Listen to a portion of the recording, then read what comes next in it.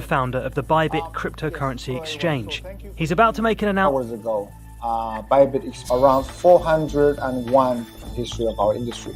It's probably the hack. Fingers began pointing in one direction, North Korea. The country has one of the most advanced cyber teams in the world and is blamed for a growing list of massive to fund their military missile programs. So what we're looking at is the transactions made by the law. As well as crypto experts, the FBI is blaming North Korea for the hack, accused the country of orchestrating cybercrime. Names of North Korean hackers have been added to a cyber most wanted list. Leave the country, the chances of them being arrested are slim. 2025년 1분기 전 세계 기업들은 믿기 어려운 규모의 비트코인을 사들였습니다. 미국의 회계 기준 개정, 트럼프 행정부의 친가상자산 정책, 그리고 흔들리는 달러. 이 자산은 이제 디지털금으로 불립니다. 인플레이션을 피하는 최후의 피난처, 자산가들의 안전망, 기업의 미래. 그런데 같은 시기 유엔은 북한의 해킹 자금이 핵무기 개발로 흘러들어갔다는 보고서를 공개합니다. 7억 달러. 하나로 약 9조 5천억 원, 그것도 비트코인으로. 한쪽은 자유를 지키기 위해 사고, 한쪽은 전쟁을 준비하기 위해 훔칩니다. 비트코인은 지금 이 순간 인류는 이 한 자산을 두고 서로 다른 전쟁을 벌이고 있습니다. 그리고 그 경계에 대한민국이 서 있습니다. 이것은 단지 암호화폐 이야기가 아닙니다. 구독과 좋아요는 제가 영상 제작을 하는데 정말 큰 힘이 됩니다. 감사합니다. 2025년 4월 11일 새벽 3시. 저는 뉴욕 유엔 본부 내 제 사무실에서 막 도착한 이메일을 확인하고 있었습니다. 안녕하세요. 저는 로즈메리 디카를로입니다. 유엔 정치평화 사무국 사무차장으로서 이런 시간에 보고서가 들어오는 건 흔치 않은 일이었죠. 파일 제목은 무척 단순했습니다. UNSCCYB 인텔 49 북한 라자루스 작전 보고. 저는 커피를 한 모금 마시며 파일을 열었습니다. 첫 페이지는 일상적인 사이버 보안 위협 평가였어요. 두 번째 페이지도 크게 특별할 것은 없었습니다. 그러나 세 번째 페이지에 이르자 제 손가락이 스크롤을 멈췄습니다. 그 순간 커피잔을 떨어뜨릴 뻔했죠. 해킹을 통해 확보한 암호화폐 자금이 북한 국방과학개발국을 통해 ICBM 및 전술핵 개발에 사용되었음을 확인. 이 한 문장이 모든 것을 바꿔놓았습니다. 저는 즉시 비상회의를 소집했고 30분 만에 유엔 안보리 주요 인사들이 화상으로 연결됐습니다. 화면 속 모든 사람들의 표정이 굳어 있었어요. 제가 문제의 문장을 읽자 회의장 전체가 정적에 빠졌습니다. 이게 무슨 의미입니까? 프랑스 대표가 침묵을 깼습니다. 비트코인이 미사일이 됐다는 뜻입니다. 제가 답했죠. 북한이 디지털 자산을 해킹해 핵무기를 만들고 있습니다. 영국 대표는 고개를 절레절레 흔들며 말했습니다. 암호화폐와 핵무기 개발이라니 말도 안 됩니다. 확실한 증거가 있습니까? 있습니다. 저는 단호하게 대답했습니다. 보고서에는 북한이 해킹한 가상자산의 블록체인 흐름이 국방과학개발국 계좌로 유입된 증거가 포함되어 있습니다. 회의가 끝나자마자 저는 전화기를 들었습니다. 뉴욕 현지 국방안보국장에게 전화를 걸어 단 3마디를 남겼습니다. 이건 보고가 아닙니다. 이건 전쟁입니다. 즉시 대응팀을 구성하십시오. 전화를 끊고 창밖을 바라보니 맨해튼의 불빛이 아직 꺼지지 않은 채 반짝이고 있었습니다. 세상은 여전히 평화로워 보였지만 저는 디지털 세계에서 새로운 전쟁이 시작됐다는 것을 알고 있었죠. 사무실로 돌아와 보고서를 다시 꼼꼼히 읽어보았습니다. 라자루스 그룹의 활동에 관한 상세한 정보가 담겨 있었어요. 그들이 어떻게 암호화폐를 탈취하고 어떻게 그 자금을 세탁하며 최종적으로 어떻게 핵 개발에 사용했는지에 대한 명확한 증거였습니다. 디지털 자산이 핵무기가 된 세상이라니. 저는 혼잣말을 중얼거렸습니다. 그날 밤 저는 잠들지 못했습니다. 머릿속에는 계속해서 같은 질문이 맴돌았어요. 어떻게 세계의 금융 시스템이 이런 위협에 대응할 수 있을까? 어떻게 디지털 혁명의 산물이 대량 살상무기 개발의 자금원이 될 수 있었을까? 다음 날 아침 저는 유엔 사무총장에게 직접 보고했습니다. 그의 표정도 심각했죠. 디카로, 이 상황은 우리가 지금까지 경험해보지 못한 새로운 안보 위협입니다. 비트코인과 같은 디지털 자산이 국제 안보를 위협하는 무기 개발에 사용된다니 이건 정말 심각한 일이에요. 네, 사무총장님. 이것은 단순한 해킹이나 사이버 공격의 차원을 넘어선 문제입니다. 디지털 전쟁의 시작이라고 볼 수 있습니다. 그날 오후 저는 국제 언론들 앞에 섰습니다. CNN, BBC, 알자지라 등 수많은 기자들이 질문을 쏟아냈어요. 모두가 같은 것을 알고 싶어 했습니다. 비트코인이 어떻게 핵무기가 되었는가? 기자회견이 끝나고 사무실로 돌아오는 길에 전화가 울렸습니다. 미국 국가안보보좌관이었어요. 디카로 차장님, 지금 즉시 대응 조치가 필요합니다. 대통령이 국가안보회의를 소집했습니다. 유엔의 입장이 필요합니다. 알겠습니다. 즉시 대응팀을 꾸려 조율하겠습니다. 전화를 끊고 저는 창밖을 다시 바라보았습니다. 평화로운 뉴욕의 풍경 속에서 저는 이제 세상이 새로운 형태의 전쟁에 돌입했다는 것을 실감했습니다. 디지털 자산과 핵무기가 연결된 새로운 시대의 전쟁이었죠. 유엔 안보리 긴급회의가 소집된 다음 날 저는 또 다른 충격적인 보고서를 받았습니다. 비트와이즈에서 발표한 글로벌 기업들의 비트코인 투자 현황이었죠. 2025년 1분기 동안 글로벌 50대 기업들이 비트코인을 대량 매입했다는 내용이었습니다. 그 규모는 놀랍게도 약 11조 원에 달했어요. 이건 정말 아이러니하군요. 저는 보고서를 보며 한숨을 내쉬었습니다. 세계 최대 기업들은 비트코인을 디지털금, 인플레이션 회피 수단, 자산 보존의 마지막 피난처로 여기고 있었습니다. 미국 재무회계 기준 개정으로 비트코인이 공식 자산으로 포함될 수 있게 되면서 더욱 많은 기업들이 비트코인 매입에 나섰죠. 특히 트럼프 행정부의 친가상자산 정책은 이러한 추세를 더욱 가속화했습니다.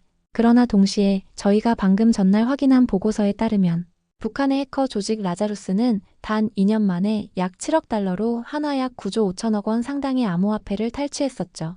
그리고 그중 상당수가 북한 전략무기 개발 예산으로 전환되었다는 사실이 확인되었습니다. 전 세계가 투자하고 있는 그 비트코인으로 한 정권은 미사일을 만들고 있었다는 건가요? 제 질문에 회의실은 다시 한번 침묵에 빠졌습니다. 이 현실의 모순이 저를 무겁게 누르고 있었어요. 한편에서는 미래 금융의 상징으로 여겨지는 가상자산이 다른 한편에서는 국제 평화를 위협하는 무기 개발의 자금으로 사용되고 있는 현실. 이것은 단순한 아이러니를 넘어서 글로벌 안보의 새로운 딜레마였습니다. 우리는 이 상황을 어떻게 설명해야 할까요? 안보리 회의에서 프랑스 대표가 물었습니다. 솔직히 말씀드리자면 제가 답했습니다. 이것은 디지털 화폐의 두 얼굴을 보여주는 명확한 사례입니다. 한쪽에서는 경제적 자유와 혁신을, 다른 쪽에서는 국제 안보에 대한 위협을 동시에 대표하고 있어요. 러시아 대표가 목소리를 높였습니다. 그렇다면 암호화폐를 규제해야 하는 것 아닙니까? 규제만이 능사는 아닙니다. 제가 대답했습니다. 우리는 혁신을 억제하지 않으면서도 이런 위협에 대응할 수 있는 방법을 찾아야 합니다. 회의가 끝나고 사무실로 돌아온 저는 창밖을 바라보며 깊은 생각에 잠겼습니다. 비트코인의 총 발행량이 2,100만 개로 제한되어 있다는 사실이 떠올랐어요. 그중 약 3.28%를 글로벌 기업들이 보유하고 있었습니다. 그리고 그중 일부가 북한의 손에 들어가 핵무기 개발에 사용되고 있다니. 이것은 현대 세계의 모순을 너무나 분명하게 보여주는 사례였습니다.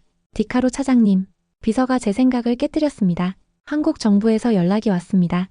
라자루스 그룹에 대한 새로운 정보가 있다고 합니다. 저는 즉시 전화를 받았습니다. 한국 국가정보원의 보고서였어요. 그들은 라자루스의 최근 활동에 대한 상세한 정보를 제공했습니다. 특히 트레이터 캠페인이라 불리는 작전에 대한 내용이 인상적이었습니다. 그들은 암호화폐 거래소 직원들에게 위장 이력서를 보내 악성 코드를 심고 있습니다. 한국정보원 관계자가 설명했습니다. 이를 통해 내부 시스템에 접근해 고객 자산을 탈취하고 있어요. 놀라운 정보네요. 이런 상세한 내용은 어떻게 알아내셨습니까? 제가 물었습니다. 저희 스노우락 연구소와 협력하여 분석한 결과입니다. 그들은 블록체인 추적 기술의 최전선에 있습니다. 전화를 끊고 저는 다시 한번 깊은 생각에 잠겼습니다. 비트코인이 단순한 화폐가 아니라 이제는 국제 안보의 핵심 요소가 되었다는 사실이 분명해졌어요. 그리고 이 새로운 전쟁에서 기술력이 곧 국력이 된다는 것도요. 저는 즉시 유엔 사무총장에게 보고했습니다. 사무총장님, 우리는 지금 새로운 형태의 군비 경쟁을 목격하고 있습니다. 디지털 자산을 둘러싼 전쟁이죠. 그리고 이 전쟁에서 우리는 새로운 동맹이 필요합니다. 어떤 동맹을 말씀하시는 건가요? 기술 선진국들과의 동맹입니다. 특히 블록체인 추적 기술이 발달한 국가들과요. 그리고 그 중에서도 대한민국이 중요한 역할을 할 수 있을 것 같습니다. 다음 날 아침 저는 유엔 안보리 특별회의를 주재했습니다. 이번 회의의 주제는 라자루스 그룹의 실체였습니다. 회의실에는 세계 각국의 정보기관장들과 사이버 보안 전문가들이 모여 있었죠. 오늘 우리는 라자루스에 대한 모든 정보를 공유하고자 합니다. 제가 회의를 시작했습니다. 그들이 단순한 해커 집단이 아니라는 사실을 모두가 알아야 합니다. 미국 FBI 사이버범죄수사국장이 먼저 발언했습니다. 라자루스는 단순한 범죄 조직이 아닙니다. 그들은 북한 정찰총국 소속 디지털 군사작전 부대입니다. 우리는 그들의 조직도와 작전 방식을 파악했습니다. 스크린에는 라자루스의 조직도가 나타났습니다. 북한 정찰총국 산하에 위치한 이 조직은 여러 팀으로 나뉘어 세계 각국의 금융기관과 암호화폐 거래소를 공격하고 있었죠. 그들의 작전 방식은 매우 정교합니다. 영국 국가사이버보안센터 책임자가 덧붙였습니다. 이력서를 위장한 이메일로 악성 코드를 뿌리고 글로벌 기업과 보안 취약 국가를 동시에 노립니다. 특히 트레이터 작전은 매우 위험합니다. 저는 깊은 한숨을 내쉬었습니다. 그렇다면 그들이 훔친 암호화폐는 어떻게 처리되는 것인가요? 한국 국가정보원 관계자가 설명을 이어받았습니다. 그들은 훔친 코인을 믹싱 서비스로 익명화하고 이를 장외거래소 OTC로 매도해 실제 달러화로 전환합니다. 최종 목적지는 평양 외화조달국과 국방과학개발국입니다. 회의실에 침묵이 흘렀습니다. 모든 사람들이 이 사실의 심각성을 깨닫고 있었어요. 이것은 사이버 해킹이 아니라 군사작전 그 자체입니다. 제가 마침내 말을 이었습니다. 우리는 이것을 단순한 사이버 범죄가 아닌 새로운 형태의 전쟁으로 인식해야 합니다. 일본 대표가 질문했습니다. 그렇다면 라자루스의 역량은 어느 정도인가요? 미국 NSA 관계자가 대답했습니다. 현재까지 파악된 바로는 약 7,000명의 해커가 라자루스와 연계된 작전에 참여하고 있습니다. 그들 중 핵심 인물 14명은 국제 수배 중이지만 아직 체포되지 않았습니다. 저는 깊이 생각에 잠겼습니다. 7,000명의 해커가 국가의 지원을 받아 세계 금융 시스템을 공격하고 있다니. 이것은 상상을 초월하는 위협이었습니다. 그들의 공격 대상은 무엇인가요? 프랑스 대표가 물었습니다. 주로 암호화폐 거래소, 블록체인 기반 서비스, 개발자, 커뮤니티 등입니다. 한국정보원 관계자가 답했습니다. 특히 체인 브릿지를 노린 공격이 많았습니다. 이는 서로 다른 블록체인 간의 자산 이동을 가능하게 하는 기술인데 이 부분에 취약점이 많기 때문입니다. 회의가 진행되는 동안 저는 계속해서 같은 생각이 떠올랐습니다. 이것은 단순한 해킹이 아니라 국가가 후원하는 새로운 형태의 전쟁입니다. 디지털 자산을 탈취해 핵무기를 개발하는 전례 없는 형태의 전쟁이었죠. 우리는 어떻게 대응해야 할까요? 회의가 끝나갈 무렵 독일 대표가 물었습니다. 저는 잠시 생각한 후 대답했습니다. 우리에게는 두 가지 대응 방안이 필요합니다. 첫째, 라자루스의 활동을 실시간으로 감시하고 대응할 수 있는 기술적 역량을 강화해야 합니다. 둘째, 국제사회의 협력을 통해 북한의 이런 활동에 대한 제재를 강화해야 합니다. 회의가 끝나고 사무실로 돌아오는 길에 저는 계속해서 생각했습니다. 디지털 세계와 물리적 세계가 이렇게 밀접하게 연결된 시대에 우리는 새로운 형태의 안보 위협에 직면하고 있다는 사실을요. 그리고 이 위협에 대응하기 위해서는 새로운 형태의 협력이 필요하다는 것도요. 디카로 차장님, 비서가 제 생각을 깨뜨렸습니다. 대한민국에서 보내온 새로운 보고서가 도착했습니다. 스노우락이라는 민간 보안 연구소에서 작성한 것입니다. 저는 즉시 보고서를 열어보았습니다. 그리고 그 내용에 놀라움을 금치 못했습니다. 스노우락의 보고서는 다른 어떤 자료보다 상세했습니다. 라자루스의 자금 흐름을 실시간으로 추적한 데이터, 믹싱 서비스를 우회하는 기술적 방법, 그리고 북한으로 이어지는 자금 경로까지 모든 것이 명확하게 설명되어 있었죠. 이건 정말 놀라운데요. 저는 보고서를 읽으며 중얼거렸습니다. 저는 즉시 UN 정보기술대응센터에 명령을 내렸습니다. 전 세계 모든 회원국으로부터 이 사안에 대한 기술 대응 보고서를 48시간 내로 수집하세요. 48시간 후 30개국이 제출한 보고서 중 단 하나만이 실시간 자금 흐름 경로를 제시했습니다. 바로 대한민국 서울에서 온 그 보고서였죠. 민간보안연구소 스노우락이 작성한 보고서였고 그 책임자 이름은 정하윤. 카이스트 박사 출신 전직 국가정보원 사이버 분석관이었습니다. 지금은 정부와 UN 모두가 주목하는 인물이 됐죠. 저는 즉시 정하윤에 대한 자세한 정보를 요청했습니다. 그의 이력은 인상적이었어요. 카이스트에서 사이버 보안과 인공지능을 전공했고 국가정보원에서 북한 해킹 조직을 전담했으며 현재는 민간보안연구소를 이끌고 있었습니다. 그를 직접 만나고 싶습니다. 저는 비서에게 말했습니다. 지금 서울로 가시겠습니까? 아니요, 지금은 시간이 없어요. 화상통화라도 좋으니 가능한 빨리 그와 이야기하고 싶습니다. 몇 시간 후 저는 정하윤과의 화상통화를 준비했습니다. 스크린 너머로 나타난 그는 예상보다 젊어 보였지만 눈빛은 무척 진지했습니다. 정하윤 씨, 귀하의 보고서에 깊은 인상을 받았습니다. 저는 인사를 건넸습니다. 감사합니다, 디카로 차장님. 그가 유창한 영어로 대답했습니다. 라자루스는 오랫동안 저희의 주요 연구 대상이었습니다.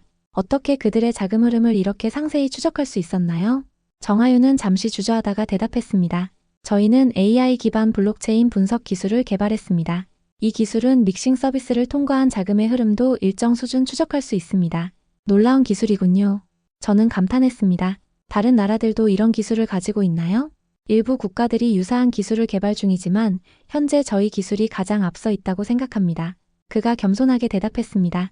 저는 깊은 인상을 받았습니다. 대한민국이 이렇게 첨단 기술을 보유하고 있다니 정말 놀라웠어요. 정하윤 씨, 라자루스의 다음 목표가 무엇이라고 생각하세요? 그는 잠시 생각한 후 대답했습니다. 그들은 지금 새로운 형태의 블록체인 브릿지를 노리고 있습니다. 특히 신흥 디파이 프로젝트들이 주요 표적이 될 것입니다. 그 자금은 어디로 흘러갈까요? 최근 패턴을 볼 때 그들은 자금의 일부를 전략무기 개발에 직접 투입하고 있습니다. 우리는 특정 거래가 북한 내 국방과학개발국과 연결된 계좌로 흘러가는 것을 확인했습니다. 화상통화가 끝나고 저는 깊은 생각에 잠겼습니다. 대한민국의 기술력이 이렇게 세계적인 수준인 줄은 몰랐어요. 그리고 이 기술이 국제 안보에 중요한 역할을 할 수 있다는 사실도요. 저는 즉시 유엔 사무총장에게 보고했습니다. 사무총장님, 대한민국의 도움이 필요합니다. 그들의 기술력은 이 위기를 해결하는 데 결정적인 역할을 할 수 있습니다. 사무총장은 잠시 생각한 후 대답했습니다. 좋습니다. 대한민국과의 협력을 강화하세요. 필요하다면 특별 태스크포스를 구성해도 좋습니다. 그날 저녁 저는 서울로 향하는 비행기표를 예약했습니다. 이 새로운 형태의 전쟁에서 우리는 최고의 동맹이 필요했습니다. 그리고 그 동맹의 이름은 바로 대한민국이었죠. 서울로 향하는 비행기 안에서 저는 정하윤의 보고서를 다시 한번 꼼꼼히 읽어보았습니다. 그의 분석은 정확했고 예측은 놀라울 정도로 정확했습니다. 특히 라자루스의 최근 활동 패턴에 대한 분석은 다른 어떤 정보기관보다 앞서 있었습니다. 비행기가 인천공항에 도착한 직후 저는 서울 시내로 향했습니다. 하지만 호텔에 체크인하기도 전에 제 위성전화가 울렸습니다. 발신자 표시가 없었죠. 로즈메리 디카로입니다. 저는 조심스럽게 전화를 받았습니다. 디카로 차장님, 정하윤입니다. 전화기 너머로 차분한 목소리가 들려왔습니다. 서울에 도착하셨다고 들었습니다. 저는 놀랐습니다. 제 서울 방문은 극비에 붙여졌는데 그가 어떻게 알았을까요? 네, 방금 도착했습니다. 정하윤 씨, 우리 만남은 내일로 예정되어 있는 걸로 알고 있는데요. 죄송합니다만 긴급한 상황이 발생했습니다. 그의 목소리가 더욱 진지해졌습니다. 지금 바로 만나뵐 수 있을까요? 1시간 후 저는 한강이 내려다 보이는 한 카페에 앉아 있었습니다. 창밖으로 보이는 서울의 풍경은 평화로워 보였지만 제 마음은 그렇지 않았어요. 정하윤이 카페에 들어섰습니다. 그는 화상통화에서 본 것보다 더 젊어 보였습니다. 30대 중반 정도로 보였지만 눈빛은 많은 것을 경험한 사람의 것이었죠. 디카로 차장님, 먼 길을 오시느라 수고하셨습니다. 그가 인사를 건넸습니다. 정하윤 씨, 무슨 일인가요? 왜 이렇게 긴급하게 만남을 요청하셨나요? 저는 바로 본론으로 들어갔습니다. 그는 주변을 살피고 목소리를 낮췄습니다. 라자루스가 새로운 공격을 준비하고 있습니다. 우리는 그들의 통신을 일부 감청했습니다. 어떤 공격인가요? 그들은 지금 특정 경로를 통해 자금을 이동 중입니다. 그 돈은 72시간 내 전략무기 기술 자금으로 편입될 예정입니다. 그걸 막지 않으면 다음 발사는 멈추지 않습니다. 저는 그의 말에 충격을 받았습니다. 어떻게 그걸 알아내셨나요? 우리는 그걸 추적할 수 있습니다. 기술로요. 그는 자신감 있게 말했습니다. 우리의 대화는 17분 42초간 이어졌습니다. 통역 없이 10일로 진행된 이 대화에서 정하윤은 라자루스의 새로운 작전에 대한 상세한 정보를 제공했습니다. 그들이 어떻게 자금을 이동시키고 있는지, 어떤 거래소를 통해 자금을 세탁하고 있는지, 그리고 그 자금이 어떻게 북한의 핵무기 개발에 사용될 것인지에 대한 정보였습니다. 이 정보를 어떻게 확보하셨나요? 저는 다시 물었습니다. 스노우락은 단순한 보안회사가 아닙니다. 그가 대답했습니다. 우리는 국가정보원과 긴밀히 협력하고 있으며 북한의 사이버 활동을 전문적으로 추적하고 있습니다. 저는 깊은 인상을 받았습니다. 한국이 이렇게 앞선 기술력을 가지고 있다니 정말 놀라웠어요. 정하윤 씨, 이 정보를 유엔 안보리와 공유할 수 있을까요? 물론입니다. 그것이 제가 당신을 만나기 원했던 이유입니다. 우리는 그날 밤 늦게까지 작전 계획을 논의했습니다. 라자루스의 자금 흐름을 차단하기 위한 기술적, 정치적 방안들을 검토했죠. 그리고 마침내 우리는 하나의 결론에 도달했습니다. 우리는 국제 공조가 필요합니다. 정하윤이 말했습니다. 그리고 그 중심에는 대한민국의 기술력이 있어야 합니다. 호텔로 돌아온 저는 즉시 뉴욕의 유엔 본부에 연락했습니다. 그리고 곧바로 작전명 하나를 등록했습니다. 옵저버 코리아 유엔 역사상 대한민국 이름이 공식 작전명에 쓰인 첫 사례였습니다. 그날 밤 저는 창밖으로 보이는 서울의 불빛을 바라보며 생각했습니다. 이 평화로워 보이는 도시 속에서 세계 안보의 새로운 장이 열리고 있었습니다. 그리고 그 중심에는 대한민국이 있었죠. 다음 날 아침 저는 스노우락의 본사를 방문했습니다. 강남의 한 고층 빌딩에 위치한 이 회사는 겉으로 보기에는 평범한 IT 기업 같았지만 내부에서는 세계 최고 수준의 사이버 보안 기술이 개발되고 있었습니다. 정하윤이 저를 연구실로 안내했습니다. 대형 founder of the 스크린에는 Bybit 복잡한 데이터 cryptocurrency 흐름과 exchange. 그래프가 He's 표시되어 about to make an 있었어요. announcement. Hours ago. 이것이 우리의 AI 기반 블록체인 추적 시스템입니다. 그가 자랑스럽게 설명했습니다. 실시간으로 의심스러운 거래를 감지하고 패턴을 분석하여 라자루스의 활동을 추적합니다. 저는 놀라움을 감추지 못했습니다. 스크린 위에서 움직이는 데이터의 흐름은 마치 살아있는 생명체처럼 보였어요. 그것은 실시간으로 전 세계 암호화폐의 움직임을 추적하고 있었습니다. 이게 어떻게 가능한 건가요? 저는 물었습니다. 저희는 독자적인 알고리즘을 개발했습니다. 정하윤이 설명했습니다. 이 알고리즘은 블록체인 상의 모든 거래를 분석하고 라자루스와 관련된 패턴을 찾아냅니다. 심지어 믹싱 서비스를 통과한 자금도 어느 정도 추적이 가능합니다. 그가 키보드를 두드리자 스크린에 새로운 데이터가 나타났습니다. 그것은 라자루스의 최근 활동 내역이었습니다. 놀랍게도 그들은 지난 24시간 동안 약 3천만 달러 상당의 암호화폐를 이동시켰습니다. 이 자금이 어디로 가고 있는지 알 수 있나요? 제가 물었습니다. 네, 어느 정도는 가능합니다. 그가 화면을 가리켰습니다. 이 자금은 여러 단계를 거쳐 최종적으로 북한 국방과학 개발국과 연결된 계좌로 흘러갈 가능성이 높습니다. 스노우락은 AI 기반 블록체인 추적 기술로 라자루스의 자금 경로, 믹싱, 우회 방식, 해외 장외 거래 흐름까지 정확히 시각화했습니다. 이는 제가 지금까지 본 어떤 기술보다도 앞서 있었어요. 이 자료를 유엔과 공유할 수 있을까요?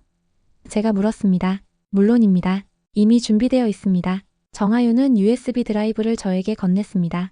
그 안에는 라자루스의 활동에 대한 상세한 보고서와 함께 그들의 자금 흐름을 실시간으로 추적할 수 있는 소프트웨어가 들어 있었습니다. 이것은 유엔 전용으로 개발된 버전입니다. 그가 설명했습니다. 당신의 팀이 직접 라자루스의 활동을 모니터링할 수 있을 겁니다. 저는 깊은 감사의 뜻을 전했습니다. 그리고 그날 저녁 그 자료는 유엔, 나토, 미국 재무부, 유럽 사이버 사령부로 동시에 전송되었습니다. 다음 날 아침 뉴욕의 유엔 본부에서 긴급 화상회의가 소집되었습니다. 유엔 기술팀 책임자의 발표는 모든 참석자를 놀라게 했습니다. 대한민국의 기술력은 이 사건에서 가장 결정적인 열쇠가 되었습니다. 우리는 오늘 피해국이 아니라 방어국으로서의 한국을 처음으로 목격했습니다. 그의 말에 모든 참석자들이 동의했습니다. 대한민국은 더 이상 북한의 사이버 공격에 당하기만 하는 나라가 아니라 세계 사이버 안보의 중심에 선 국가가 되었습니다. 저는 서울에서의 마지막 날 정하윤과 함께 저녁 식사를 했습니다. 한강이 내려다 보이는 레스토랑에서 우리는 앞으로의 계획에 대해 논의했습니다. 정하윤 씨, 당신의 기술력이 없었다면 우리는 지금 훨씬 더 위험한 상황에 처해 있을 겁니다. 제가 말했습니다. 이것은 시작일 뿐입니다. 그가 대답했습니다. 디지털 전쟁은 이제 막 시작되었습니다. 그리고 우리는 준비되어 있습니다. 저는 그의 눈빛에서 확신과 결의를 읽을 수 있었습니다. 대한민국은 분명 이 새로운 전쟁의 최전선에 서 있었고 그들은 두려워하지 않았습니다. 디카로 차장님, 우리는 함께 이 위협에 맞서 싸울 것입니다. 정하윤이 말했습니다.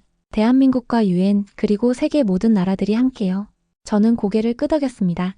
이것은 단순한 협력이 아니라 새로운 시대의 시작이었습니다. 디지털 자산과 핵무기가 얽힌 새로운 시대, 그리고 그 시대의 중심에 대한민국이 서 있었습니다. 서울에서 뉴욕으로 돌아오는 비행기 안에서 저는 지난 며칠간의 경험을 정리했습니다. 대한민국의 기술력, 정하윤의 결의, 그리고 라자루스에 대한 새로운 이해. 모든 것이 제 마음속에 깊은 인상을 남겼습니다. 뉴욕에 도착하자마자 저는 유엔 안보리 긴급회의를 소집했습니다. 그리고 스노우락에서 제공받은 자료를 바탕으로 라자루스의 활동과 북한의 핵무기 개발 사이의 연관성을 상세히 설명했습니다. 이것은 단순한 사이버 공격이 아닙니다. 제가 강조했습니다. 이것은 국제평화와 안보에 대한 직접적인 위협입니다. 그리고 우리는 이에 즉각적으로 대응해야 합니다.